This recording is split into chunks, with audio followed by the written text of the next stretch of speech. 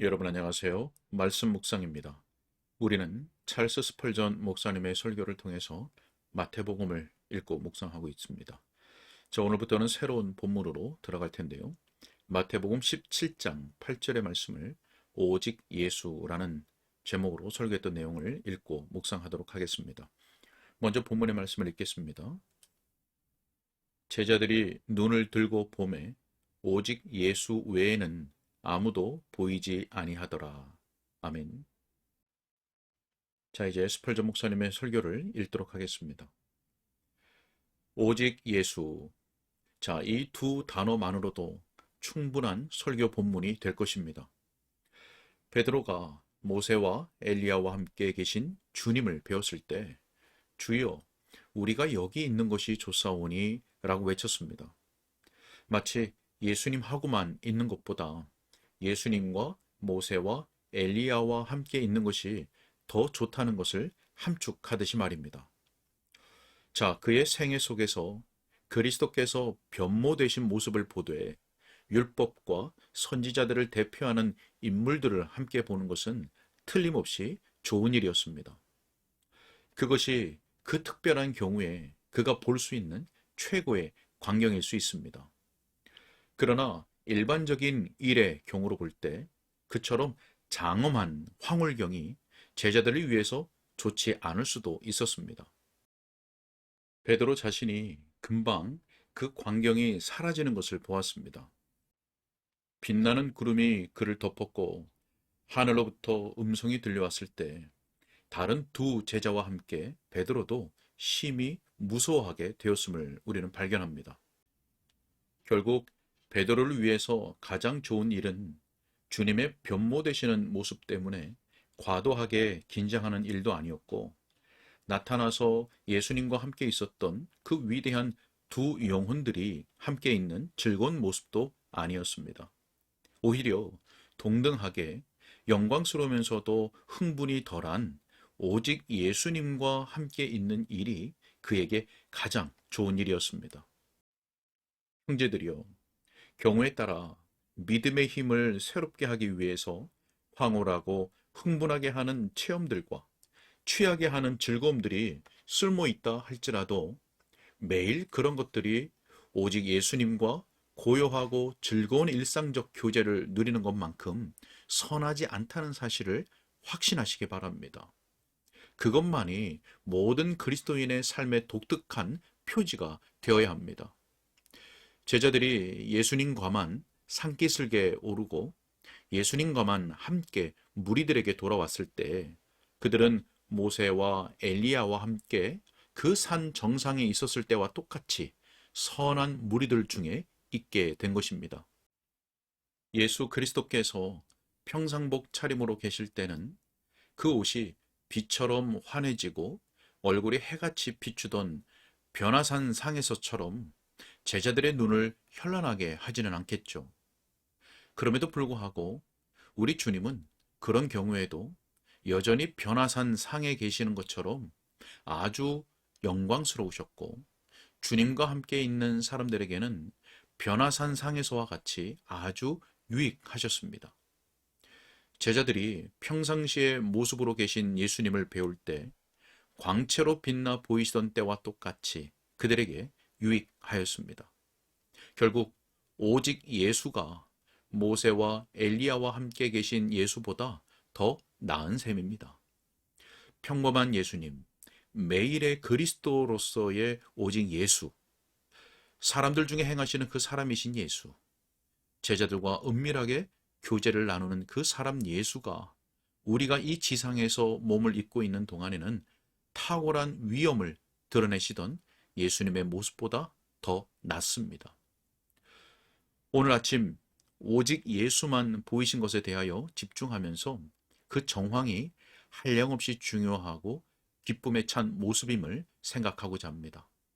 아울러 옛적에 골리앗의 칼에 대하여 그 같은 것이 없었다라고 한 것처럼 오직 예수와 함께 교제하는 것에 대해서도 그렇게 말할 수 있음을 증거할 것입니다. 자, 우리는 무엇보다 먼저 예수 그리스도께서 변모되신 이후에 제자들에게 일어날 수 있었던 것이 무엇인지 주목해 볼 것입니다.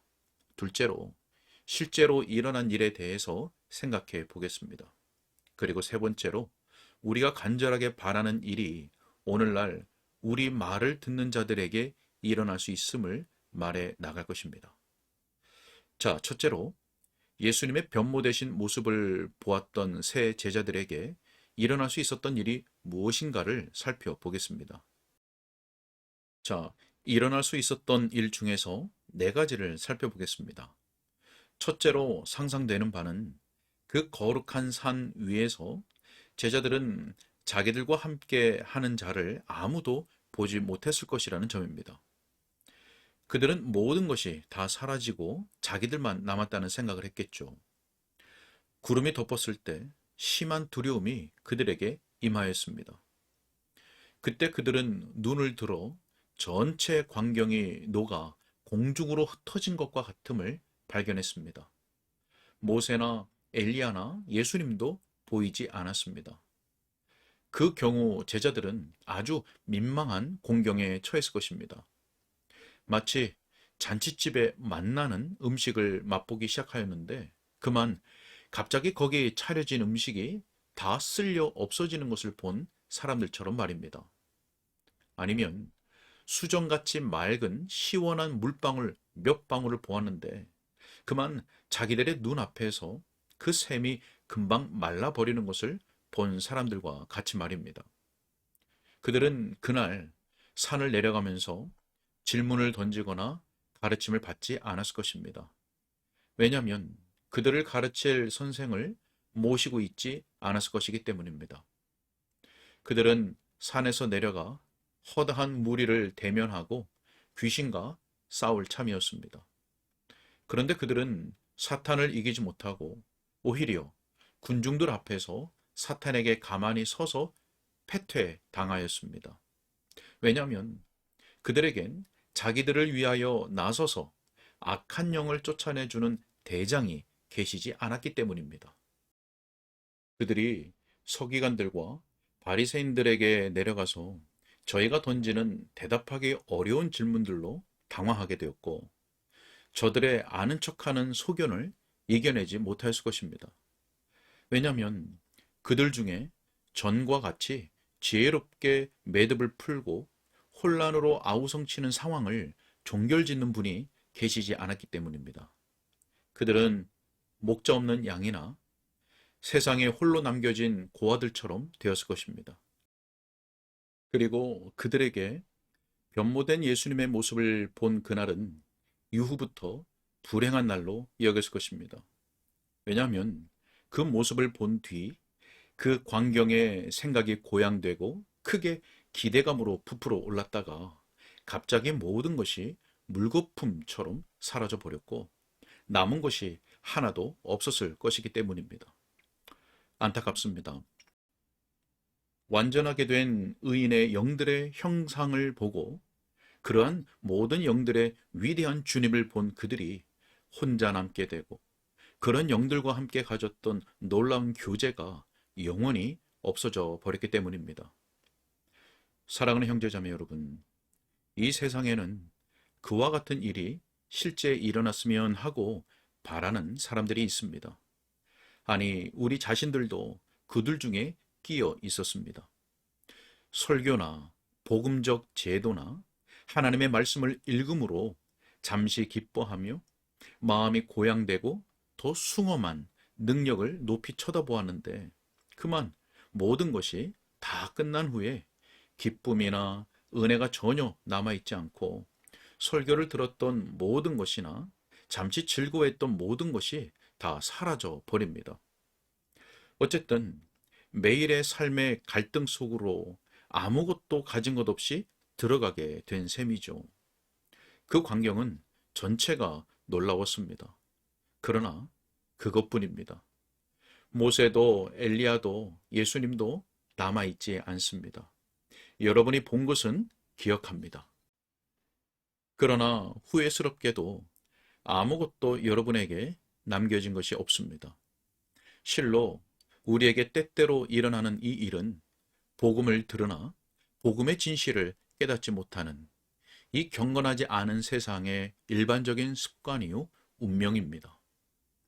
이 경건하지 않은 세상도 옛적의 전설처럼 복음 역사에 관심을 가지고 청종하죠.